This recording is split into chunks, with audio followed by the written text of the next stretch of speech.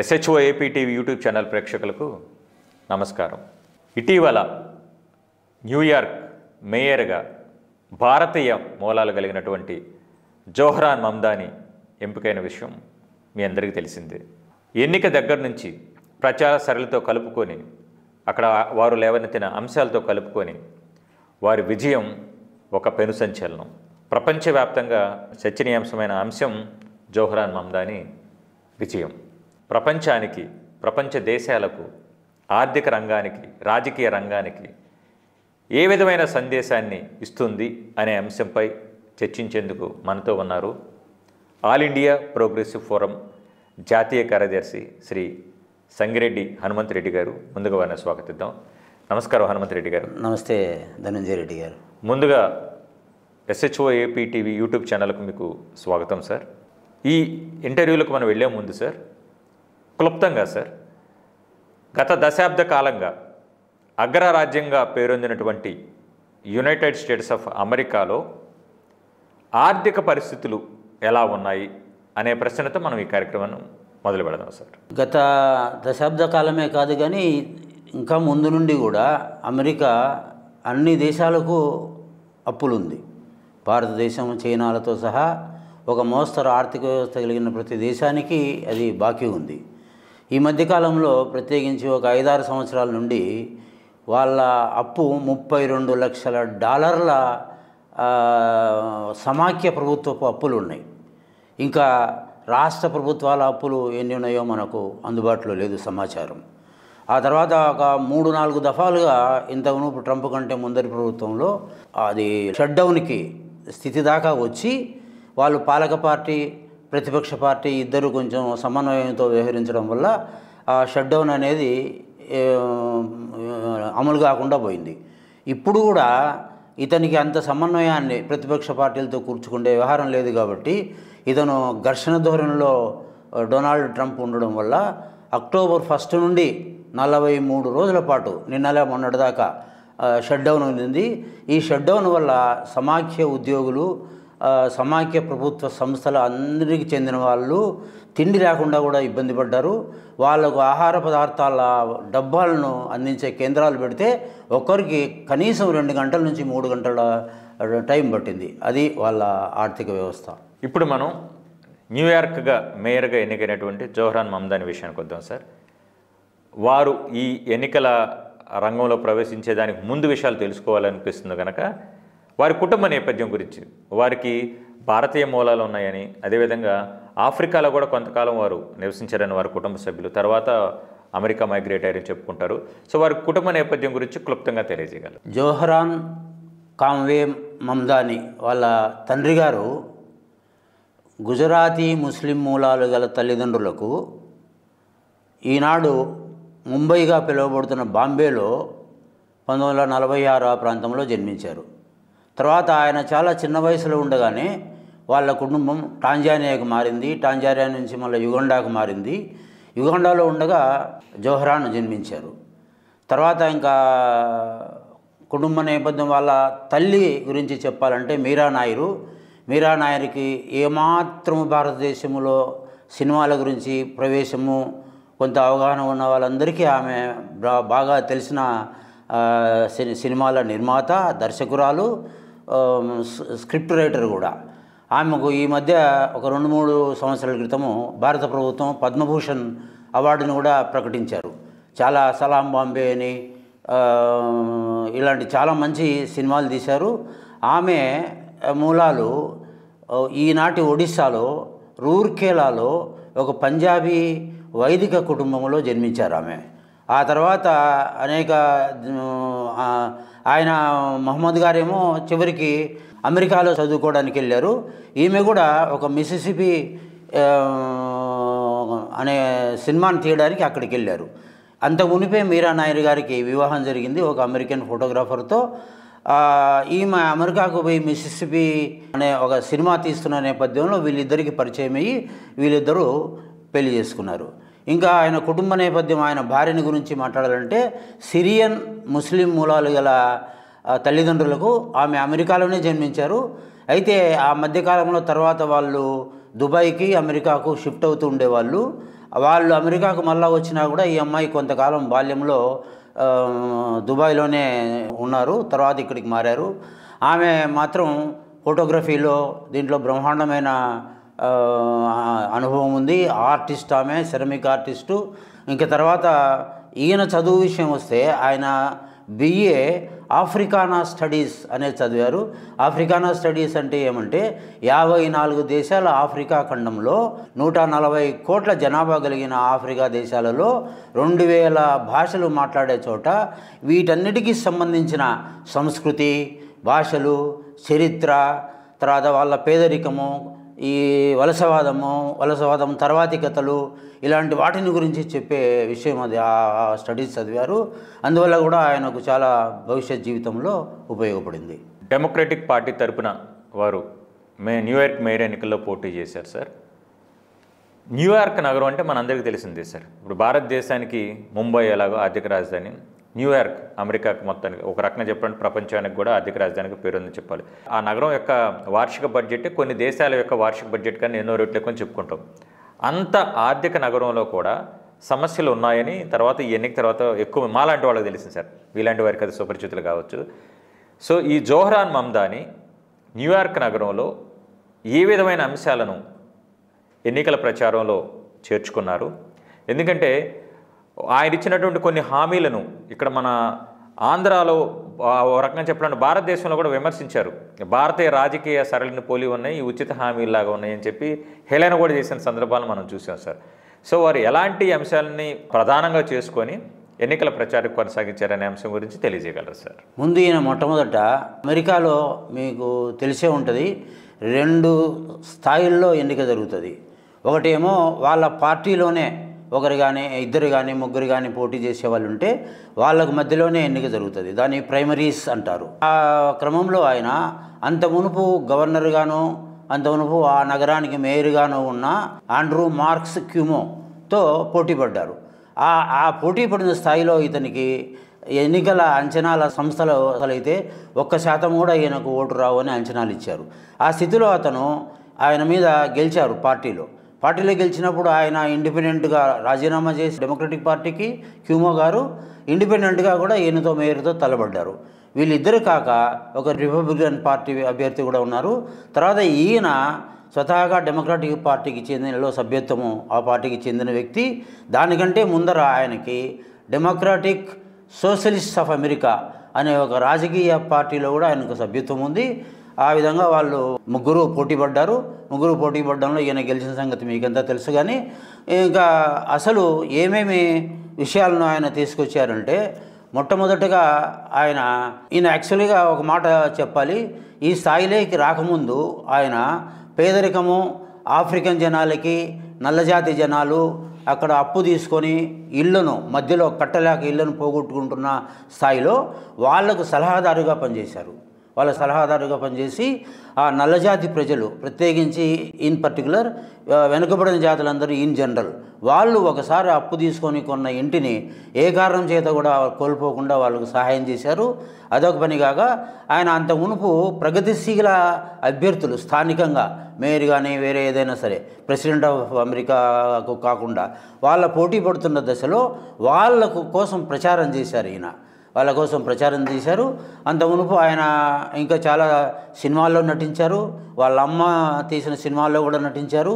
14 ఏళ్ల వయసులోనే ఆమెకు నేమ్సేక్ అనే సినిమా తీయమని కూడా ఆయన ప్రతిపాదించారు. అదే కాకుండా ఆయన సంగీతకారుడు. వాళ్ళ అమ్మ తీసిన సినిమాలకి ఈయన సంగీతం అందించారు. అంతేకాక ఆయన పాటల రచయిత, గాయకుడు కూడా. ఇది కూడా ఆయన ప్రచారానికి ఎంత ఉపయోగపడింది.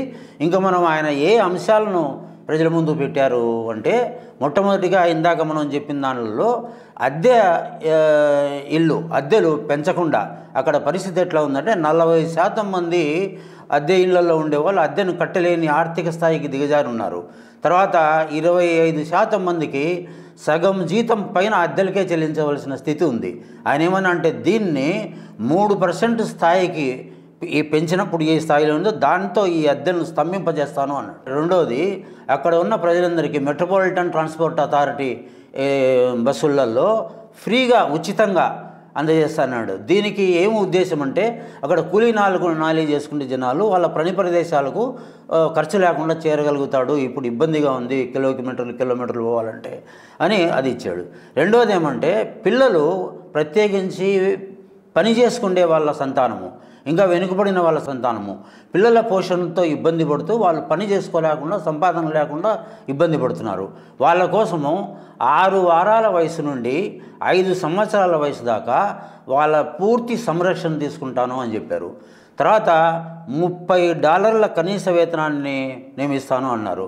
తర్వాత నల్లజాతి వారికి వెనుకబడిన పిల్లవాళ్ళందరికీ న్యాయ సేవలను ఉచితంగా అందిస్తాను అని చెప్పారు. తర్వాత ఇంకా అందరినీ సమానత్వంలో చూస్తానని చెప్పారు. దాదాపు ఒక 20 అంశాల పట్టిక ఉంది ఆయనది. ఇంకా ఇలాంటి చాలా ప్రజలకు ఉపయోగపడే సామాన్య ప్రజానీకానికి ఉపయోగపడే ఉంది. అయితే వీటిని చేసే క్రమంలో ఆయన ఏమన్నారంటే, నేను సామాన్య ప్రజల కోసం పనిచేస్తాను, అందరికీ సమానంగా పనిచేస్తాను, అందరూ ఐకమత్యంగా ఉండేటట్లు చేస్తాను. ఒక్క విషయం తప్ప డొనాల్డ్ ట్రంప్తో మాత్రము ఆయన అరాచక విషయాల్లో ఆయన ఎదిరిస్తాను, ఏ స్థాయికైనా పోయి ఆయనతో పోటీ పడతానని ప్రకటించారు. Excellent sir. మరో 2-3 హామీలు కూడా కీలకం సార్. సంపన్నుల వార్షిక ఆదాయం ఇన్ని $1,00,000 మించి ఉంటే దానిపై ట్యాక్స్ విధించి ఆ ధనాన్ని పేదలకు పంచుతానన్నారు. అట్లాగే కొంత నివాస గృహాలను కూడా నిర్మిస్తానని చెప్పారు. ఇట్లా కొన్ని ఇంకా హామీలు ఉన్నాయి సార్, ప్రజాదరణ పొందిన హామీలు ఉన్నాయి. డొనాల్డ్ ట్రంప్ సార్, మీరు ఒక సందర్భంలో చెప్పారు ఇతను ఒక కమ్యూనిస్ట్ అని చెప్పి విమర్శించారు తీవ్రంగా. అప్పుడు జోహ్రాన్ మమ్దాని అవును నేను ఒక డెమోక్రటిక్ సోషలిస్ట్ అంటూ బదులిస్తూ ప్రజల్లోకి వెళ్ళారు సార్. 34 ఏళ్ల ఈ యువకుడు సార్ న్యూయార్క్ మేయర్గా ఒక పార్టీ తరపున ఎంపిక అవటం మనం చూస్తే కనుక of course Republican party, democratic party, ఈ 2 పార్టీల వాళ్ళు ఎన్నిక అవుతూ ఉంటారు. ఆ పార్టీ పరంగా చూస్తే మనకు పెద్ద ఎక్సైట్మెంట్ కాదు, కానీ ఒక చిన్న కుర్రాడు అక్కడ ఉన్నటువంటి పరిస్థితులు, పోటీపడిన ఉద్దండుల్ని ఎలా ఢీకొని గెలుపొందడం అనేది చిన్న విషయం కాదు సార్. ఈ విజయంలో అతని ప్రచార సరళి ఒక కీలక పాత్ర పోషించిందనేది విశ్లేషకుల భావన sir. So Zohran Mamdani New York mayor ఎన్నికల్లో ఏ విధమైనటువంటి ఎన్నికల ప్రణాళికను, ఎన్నికల సరళిని అవలంబించాడు సార్? ఆయన ఇన్ని ప్రజలకు సంబంధించిన డిమాండ్లను ఎట్లా నెరవేరుస్తావు అని అడిగినప్పుడు ఆయన చెప్పాడంటే, ముందు సంపద పన్ను విధిస్తాను అన్నాడు. మనం మామూలుగా భారతదేశంలో ప్రభాత్ పట్నాయక్ అని జవహర్లాల్ నెహ్రూ యూనివర్సిటీలో ఎమిరిటస్ ప్రొఫెసర్ ఉన్నారు. ఆయన ప్రఖ్యాత ఆర్థిక శాస్త్రవేత్త, ఆర్థిక ప్రొఫెసర్ కూడా ఆయన వ్యాసాలు రాస్తుంటారు, దాని గురించి ఇలాంటి విషయాలను ప్రస్తావిస్తుంటారు. బహుశా జోహ్రాన్ కూడా వాటిని చదివారో ఏమో, కానీ ఆయన చెప్పింది సంపద మీద పన్నును విధిస్తానన్నాడు. ఇంకోటి, నగరంలో $10 లక్షల ఆదాయం కల వారందరికీ 2% పన్నును విధిస్తానన్నాడు. అంతేకాక చాలామంది ఇజ్రాయెల్ డిగ్రీ, ఇంజనీరింగ్, పీజీ పూర్తి చేసి కూడా ఉద్యోగాలు లేకుండా నిరాశగా ఉన్నారా? బ్యాంకు ఉద్యోగాలైతే బాగుంటాయి, కానీ పోటీ పరీక్షల శిక్షణా సంస్థల్లో ఫీజు మీకు భారంగా అనిపిస్తుందా? అయితే ఆలస్యం ఎందుకు? మన వెనిగండ్ల ప్రక్కనే ఉన్న కౌండిన్యపురంలోని కౌండిన్య IAS అకాడమీలో హైదరాబాద్ నుండి అత్యున్నతమైన ఫ్యాకల్టీతో ఆర్థిక భారం మోయలేని వారికి సేవాభావంతో లాభాపేక్ష లేకుండా కేవలం మంచి ఫ్యాకల్టీతో అతి తక్కువ ఫీజుతో నిర్వహించబడుతున్న మన IAS అకాడమీలో చేరండి, చేర్పించండి, ఉద్యోగం సాధించండి. వివరాలకు doctor EV Narayana, retired principal, TJPS college Guntur, founder and chairman cum managing trustee, Guntur, Andhra Pradesh. Cell number 9966112933. Settlement వాళ్ళకు సహాయం చేస్తున్నాము అనే పేరుతో చందాలు ఇస్తూ ఉంటారు. ఆ చందాల మీద పన్ను రాయితీ ఉంది, ఆ పన్ను రాయితీని తీసేస్తాను అన్నారు. అదే కాకుండా BDS అని ఒక ఇది బాయ్కాట్, డైవెస్ట్ అండ్ షేర్ అనే ఒక సంస్థ ఉంది. ఆ సంస్థ చాలా ఈ మధ్యనే 25/9 జూలైలో దాన్ని ఏర్పాటు చేశారు. అందులో దాదాపు 134 దేశాలు, ఇవన్నీ కూడా పాలస్తీనియన్ను సమర్థించేవి, ఇజ్రాయెల్ మారణకాండను ఖండించేవి. వీళ్ళు కూడా దానికి ఇది చేస్తున్నారు. దానికి అంత మునుపు ట్రంప్ ప్రభుత్వము పన్ను రాయితీ లేదు. దానికి కూడా నేను పన్ను రాయితీ ఇస్తాను, ఇవ్వడంలో కూడా దాన్ని కొంత మనకు అనుకూలమైన పద్ధతుల్లో చేస్తాను, ఈ విధంగా నేను ఆర్థిక వనరులను చేకూర్చుకుంటాను అని అన్నారు. ఇంకా మీరు అడిగిన ప్రశ్నకు ఆయన మొట్టమొదటి విషయం చెప్పాలంటే ఎక్కడే కానీ ఎవరితో కానీ ఈ ఎన్నికల దీంట్లో ఆయన ఎవరితోనూ ఘర్షణ వాతావరణానికి రాలా. ఎవరు ఆయన్ని మీరు అన్నట్లు ఇందాక డొనాల్డ్ ట్రంప్ మనం ఈ వేదికలో ఆ మాట అనొచ్చునో లేదో కానీ కమ్యూనిస్ట్ కుక్క అని కూడా అన్నాడు ఆయన్ని. ఇలాంటి వాటి మీదుగా అతను షార్ప్గా రియాక్ట్ కాలా, ఏమీ ఇది చెప్పకుండా దానికి అవును నేను డెమోక్రటిక్ కమ్యూనిస్ట్ను మీరు అన్నట్లుగానే అట్లా సమాధానం చెప్పారు. ఇంకా ఆయన విషయంలో డెమోక్రటిక్ పార్టీ అయినా కూడా మనం ఇందాక చెప్పుకున్నాం అనుకుంటాను, డెమోక్రటిక్ సోషలిస్ట్ ఆఫ్ ఇండియా అనే పొలిటికల్ పార్టీలో సభ్యుడైన అది కూడా చాలా సహాయ సహకారాలు అందించింది. ఎంత సహాయ సహకారాలు అందించిందంటే 1,00,000 మంది వాలంటీర్లను అది ఏర్పాటు చేసింది.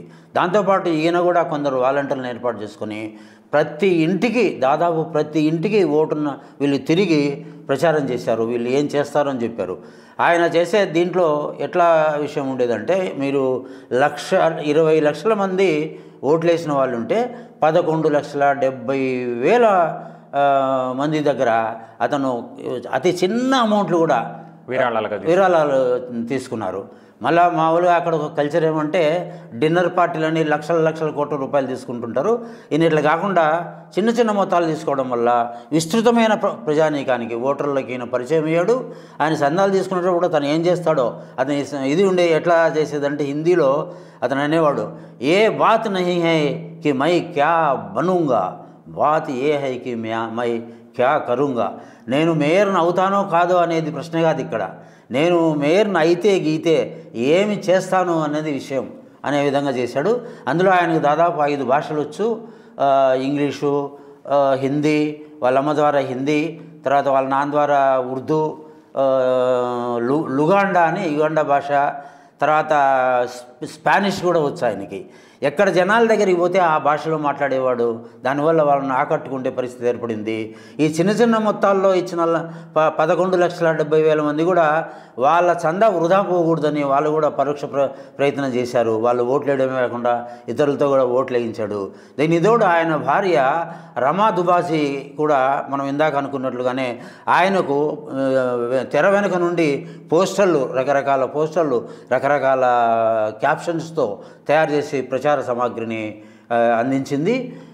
ఆయన మామూలుగా ఇంకోటి ఏం చేశాడంటే మన భారతదేశంలో ఉండే హిందీ సినిమాలలో ఉండే చిన్న బిట్లు తీసుకొని ఆ సినిమాలలో సంపన్నులు ఎట్లా ప్రవర్తిస్తారు, ఏమంటారు, ఏం మాట్లాడతారు, అట్లాగే పేదవాళ్ళు ఎట్లా ఇబ్బంది పడుతున్నారు, ఎట్లా నరకయాతన పడుతున్నారు అనే విషయాలను ప్రత్యేకంగా తీసుకొని ఆయన ఆ బిట్లను ప్రదర్శించాడు. ఈ విధమైన ప్రచార సరళి వల్ల అతను నెగ్గడానికి అంశం ఏమంటే రిపబ్లికన్ అభ్యర్థి నామమాత్రపు అభ్యర్థిగా మారాడు అనేక కారణాల చేత. అతనికి పోటీ ఇండిపెండెంట్ డెమోక్రాటిక్ పార్టీలో ఉండి ఇతనితో ప్రైమరీస్లో ఓడిపోయి ఇండిపెండెంట్ అభ్యర్థిగా మారి పోటీ చేస్తున్న ఆండ్రూ మార్క్స్ హ్యూమోతో ఇతనికి ప్రచారం ఇదైంది. అయితే అతని వ్యవహారం ఏమైందంటే అంతమునుపు ఆయన మేయర్గా గవర్నర్గా కూడా పనిచేసినప్పుడు అతని మీద 2005లో ఆయనకు భార్య చనిపోయింది. ఆ కారణమో ఏ కారణమో తెలియదు కానీ అతను మామూలుగా హాస్టల్స్ లాంటి ఉండి మహిళలు ఎక్కువగా ఉండే చోట అత్యాచారాలకు ఆయన పాల్పడ్డాడని ఒక అభియోగం ఉంది ఆయన మీద. అంతేకాకుండా 11 మంది ఆడవాళ్ళు ఆ సంస్థల్లో పనిచేసేవాళ్ళు ఇతను మా మీద తీవ్రమైన లైంగిక దాడి చేశాడు అని కూడా వాళ్ళు ఫిర్యాదు చేశారు. ఈ కారణాల చేత అతను 2022లో ఆ మేయర్ పదవి నుండి రాజీనామా చేయాల్సి వచ్చింది. ఇప్పుడు ఇతను మళ్ళీ ఇండిపెండెంట్ అభ్యర్థిగా పూర్తి చేస్తున్నా అతను ఎంత మంచి పనులు కొన్ని చేసినా కూడా ఇప్పుడు కూడా ఆయన వ్యక్తిగత కార్యదర్శి ఒక మహిళ ఆమెను కూడా లైంగిక వేధింపులకు గురి చేశాడని, ఆమెతో చాలా అడ్వాన్స్ చేసి ఇబ్బంది పెట్టాడని కూడా ఒక అభియోగం బయటకు వచ్చింది. ఈ కారణాల చేత అతని దుష్ట చరిత్ర వల్ల ఉండడం కూడా ఈయనకు ఒక ప్రయోజనం మారి గెలవడానికి అది కూడా ఒక అంశమైంది. గెలవడానికి కారణాలు ఇంకా 2 చెప్తాను. అక్కడ ఇందాక మనం అనుకున్నట్లు ఆర్థిక పరిస్థితి చాలా అధ్వాన్నంగా ఉంది అని విన్నాం. తర్వాత ఆ డొనాల్డ్ ట్రంప్ మొదటిసారి ఎన్నికైనప్పుడు కూడా అతను కొంచెం అస్తవ్యస్తంగానే ప్రవర్తించాడు. ఇప్పుడు కూడా చాలా అస్తవ్యస్తంగా ప్రవర్తిస్తున్నాడు. విదేశాల మీద ఆలోచన లేకుండా, సమగ్ర చింతన లేకుండా పన్నులు పెంచడము, వేయడము, రెట్టింపులు చేయడము సంగతి అట్లా ఉంచి చైనా మీద 150% పన్ను అంటాడు, ఇండియా మీద 50% పన్ను అంటాడు. అట్లా చేయడమే కాకుండా ఈ వలసవాదుల మీద కూడా విపరీతమైన చాలా మన భారతదేశంలో నుండి అక్కడ పనిచేస్తున్న వాళ్ళకైతే అనేక కారణాలు చెప్పి, అది కొన్ని సమంజస కారణాలు ఉన్నాయి, కొన్ని అసమంజస కారణాలు ఉన్నాయి. వాళ్ళను ఖైదీలను తీసుకొచ్చినట్లుగా అతను పంపించాడు. ఇది కూడా వలసవాదులకు కానీ, వలసవాదుల మీద ఆధారపడి కానీ, అమెరికన్ సామాజిక వ్యవస్థ ఎట్లా ఉందంటే వలస నుండి పోయిన వాళ్ళు అక్కడ అనేక రకమైన సాఫ్ట్వేర్ కార్యక్రమాలే కాకుండా హోటళ్ళు, బేకరీలు వాళ్ళలో ఈ స్వీపర్ల లాంటి, క్లీనర్ల లాంటి పనులు చేయకపోతే వాళ్ళ వ్యవస్థ, సామాజిక వ్యవస్థ కూడా స్తంభించిపోతుంది. వాళ్ళు కూడా అతనికి వ్యతిరేకంగా ఉండి ఇతనికి ఓటు వేశారు. అది కారణం. Excellent sir.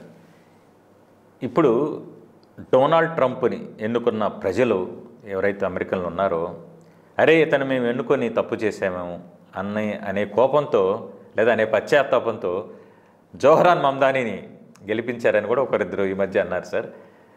దీనికి తోడు సార్, రానున్న ఎన్నికల్లో మేయర్ ఎన్నికలు కావచ్చు, ఇతరత్ర ఎన్నికలు జరిగేటప్పుడు ఈ జోహ్రాన్ మమ్దానీ విజయం అనేది డొనాల్డ్ ట్రంప్ ప్రాతినిధ్యం వహిస్తున్నటువంటి రిపబ్లికన్ పార్టీకి ఏ విధమైన ప్రతికూల ప్రభావాన్ని చూపుతుంది, అదొకటి తెలియజేయగలరా సార్? మీరు ఇందాక ప్రశ్నలో ఒక అంశం ఏమంటే, నేను 1 అక్టోబర్ నుండి మొన్నటిదాకా 43 రోజుల పాటు అమల్లో ఉన్న షట్డౌన్ కూడా ఇతను గెలవడానికి పనికొచ్చిన ఒక చిరు అంశం కావచ్చు. ఇంకా ఇతను గెలిచిన తర్వాత మామూలుగా ఇతను చాలా స్వచ్ఛమైన వ్యక్తి, ఉన్నది ఉన్నట్లు చెప్తాడు. నేను కమ్యూనిస్ట్ అని చెప్పాడు, నేను ముస్లింను అని చెప్పాడు. ఇంకా ఇతన్ని చాలా అశుద్ధ వ్యక్తులు అని ట్రంప్ ఎగతాళి చేస్తే హోటల్లో కూర్చొని అందరూ చూసేటట్లుగానే చేతో బిర్యానీ తిన్నాడు. నీకు ఇష్టమైన పదార్థాలు ఏమంటే ఫలానా మటను, చికెను, బీఫు అని ఇట్లాంటివి కూడా దాచుకోకుండా చెప్పాడు. తర్వాత ఈ కారణాలు ఇది ఉండగా ఇతను రాబోయే రోజుల్లో ఇమ్మీడియట్ ఫ్యూచర్లో అక్కడ కొన్ని ప్రజల ప్రతినిధుల సభకు కొన్ని ఎన్నికలు జరుగుతున్నాయి. అట్లాగే అప్పర్ హౌస్ కాంగ్రెస్ కూడా కొన్ని ఎన్నికలు జరుగుతున్నాయి.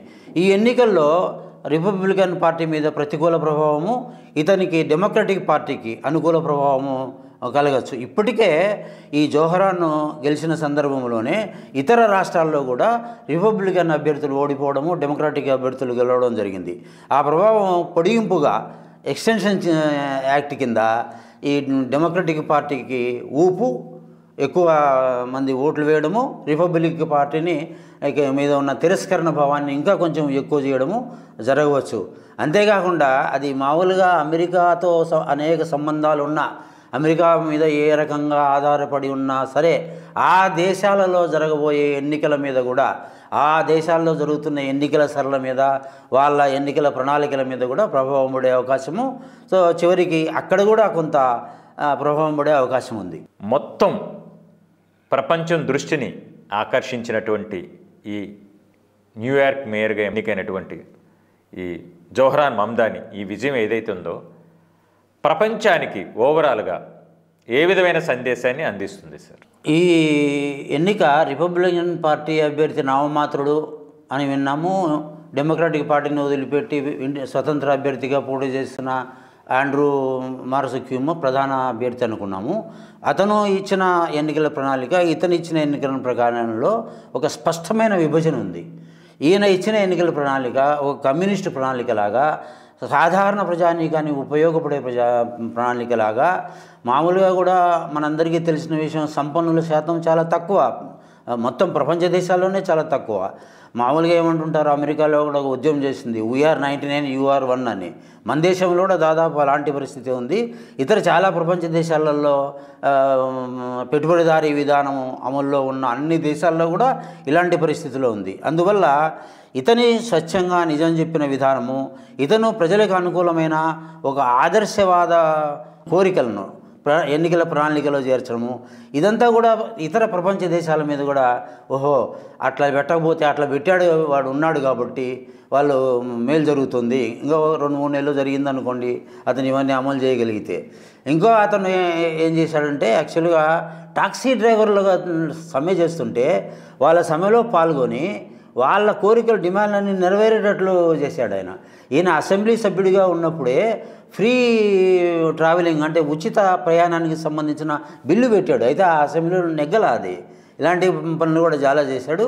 ఇవన్నీ చేసిన అలాంటి అభ్యర్థి ఒక నాయకుడు ఏ స్థాయిలో అయినా సరే, ఎమ్మెల్యే కావచ్చు, లేకపోతే ముఖ్యమంత్రి కావచ్చు, లేదా ప్రధానమంత్రి కావచ్చు, ఇలాంటి వాడు ఉంటే మనకు బాగుంటుంది. అలాంటి ప్రజా ప్రయోజన డిమాండ్ల కోసం పాటుపడి చేసేవాడు ఉంటే బాగుంటుంది అనే ఒక సామాన్య ప్రజానీకానికి ప్రభావం చూపే ఒక భావాలన్నీ ప్రపంచ దేశాల్లో అన్నింటిలో వస్తాయి. ఈరోజు మామూలుగా ప్రపంచ ప్రజల్లో ఎలాంటి వాళ్ళు కూడా ఏమీ ప్రపంచంలో జరిగే విషయాలు తెలియకుండా లేరు. టీవీలు అందరి ఇళ్లల్లో ఉన్నాయి. అది కాకుండా నేను గమనించింది పని ప్రదేశాల్లో చదువు లేకుండా కూలీనాలి చేసుకునే వాళ్ళు కూడా పని చేస్తూ కూడా ట్రంప్ అంట, ఇదంట, జోహ్రాన్ అంట, మోదీ అంట అని కూడా చాలా మాట్లాడుకుంటున్నారు. అట్లా కూడా మొత్తం ప్రపంచ ప్రజానీకం అన్నిటి మీద ఈ ఎన్నికల ప్రభావము, గెలిచిన ప్రభావము, ఆయన డిమాండ్లు, ఆయన ప్రచార సరళి, ఆయన ప్రవర్తన ఇవన్నీ పడి కొంత ప్రభావం విస్తృతంగా చూపించే ఆయా సందర్భాల్లో ఆయా దేశాల్లో ఎన్నికలు వచ్చినప్పుడు చూపించే అవకాశం అయితే తప్పకుండా ఉంది. ఇంకా కాలం గడిచే కొద్దీ అతను ఎంత బాగా అమలు చేస్తాడు అనే దాని మీద ఈ ప్రభావం తీవ్రంగా మారే అవకాశం కూడా ఉంది. Exactly sir. Bharat Sanchar Nigam limited BSNLలో మీరు విశ్రాంత ఉద్యోగి. ఇప్పుడు ప్రపంచం మొత్తం సంచరిస్తున్నారు. ఆయా దేశాల్లో గల చారిత్రక నేపథ్యాన్ని, సాంస్కృతిక నేపథ్యాన్ని, ఆర్థిక పరిస్థితులని, పురాతన కట్టడాలకు సంబంధించిన వాటి కావచ్చు చక్కగా మీరు మీ సందర్శనల ద్వారా మీరు మీ సామాజిక మాధ్యమం వేదికగా అందరితో పంచుకుంటూ ఉన్నారు సార్. అదేవిధంగా మీరు ఆల్ ఇండియా ప్రోగ్రెసివ్ ఫోరానికి కూడా జాతీయ కార్యదర్శిగా ఉంటూ ఎంత diversity of knowledge, diversity of activities చేస్తూ సమాజానికి పలు విధాలుగా మీరు దోహదపడుతున్నారు సార్. మీరు మా ఈ కార్యక్రమానికి విచ్చేసి SHO AP TV యూట్యూబ్ ఛానల్కి వచ్చేసి ఈ అంశం గురించి, ముఖ్యంగా జోహ్రాన్ మమ్దాని విజయం గురించి చక్కటి సుదీర్ఘమైన అంశాన్ని క్లుప్తంగా మాకు అర్థమయ్యే రీతిలో తెలియజేసినందుకు గాను మీకు ధన్యవాదాలు సార్. మీకు కూడా హృదయపూర్వక ధన్యవాదాలు.